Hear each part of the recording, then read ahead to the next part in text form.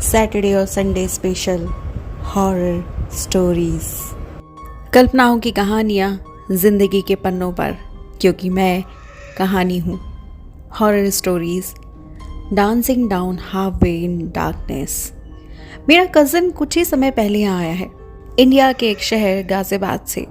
एक ट्रिप के दौरान हम बस अमेरिका देख रहे थे। हम इधर उधर गलियों में घूमते घूमते हॉरर स्टोरी सुना रहे थे और एक जैसी हॉरर सिचुएशन आने पर ज़ोर ज़ोर से हंसने लगी जाते पागलों की तरह, और एक दूसरे से इंडियन घोस्ट स्टोरीज़ में और अमेरिकन घोस्ट स्टोरीज़ में कंपैरिजन कर रहे थे और देख रहे थे कि इन दोनों जगहों में सबसे क्रीपी एक्सपीरियंस किसका है। तभी बातों ही बातों में मैंने अपने कज़न से पूछा, उसने कभी भी इंडिया में ऐसा कुछ सुपरनैचुरल वाला एक्सपीरियंस किया है। जैसे ही उसने अपनी आंखें खिड़की की ओर मोड़ी तो उसकी आंखें चौड़ी हो गई। बस उस समय उसका साइलेंट होना मेरे लिए बहुत किसी हॉरिबल सपने को इमेजिन करने जैसा था।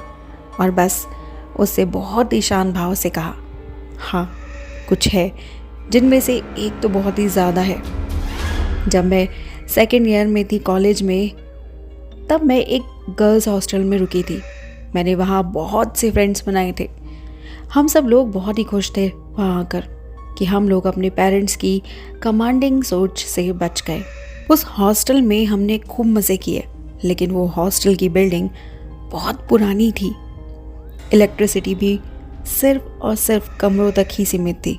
कभी कभी विंडो में भी कैंडल्स लगाकर काम करना पड़ता था अगर वॉचमैन हो तो, वरना अगर तुम्हें अपने रूम को छोड़ा है या रूम में कोई नहीं है तो वहाँ बिल्कुल अंधेरा होता था। ये आमतौर पर ऐसा ही होता था कि अगर आपको आधी रात में उठकर वॉशरूम जाना हो तो आपको उसी अंधेरे में पूरा हॉल क्रॉस करके वॉशरूम तक जाना पड़ेगा। लगभग हम सभी में वही बचपन वाला डर कहीं ना कहीं छिपा होता है, अंधेरे में अकेले ना जाने का। एक रात अचानक मुझे रेस्ट रूम जाना था।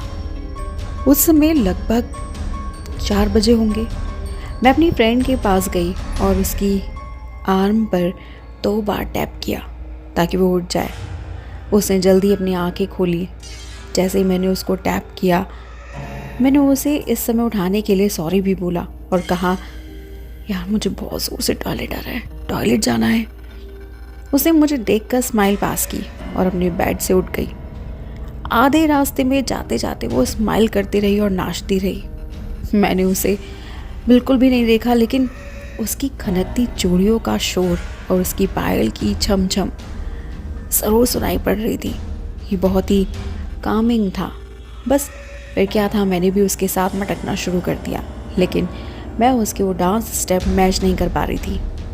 उसने मुझसे कुछ भी नहीं कहा। वैसे आमतौर पर इतने लंबे समय में वो एक भी शब्द ना बोले या एक भी बॉलीवुड सॉन्ग ना गाए, ऐसा हो ही नहीं सकता था। और वही सेम बात हमारे वापस लौटने पर भी हुई। मैं जल्दी ही आकर सो गई। मेरी आंखें खुलने में देर हो गई और वो भी तब खुली जब मुझे हमारे कमरे में किसी आदमी की आवाज़ आई। वो उसके बेड के चारों तरफ खड़े थे। मैं अपने बेड से उठी अपनी दोस्त को बचाने के लिए, लेकिन जल्दी मुझे एहसास हुआ कि वो लोग तो एडमिनिस्ट्रेशन से है। मैं थोड़ा और नज़दीक गई और मैंने देखा कि मेरी दोस्त की आंखें सिर्फ और सिर्फ मेरी बेड की तरफ खुली हुई थी और वही रात वाली स्माइल उसके चेहरे पर थी। सुसाइड? उसके मरने का टाइम लगभग रात के 11:30 का था, लगभग मेरे उठाने से 5 घंटे पहले का।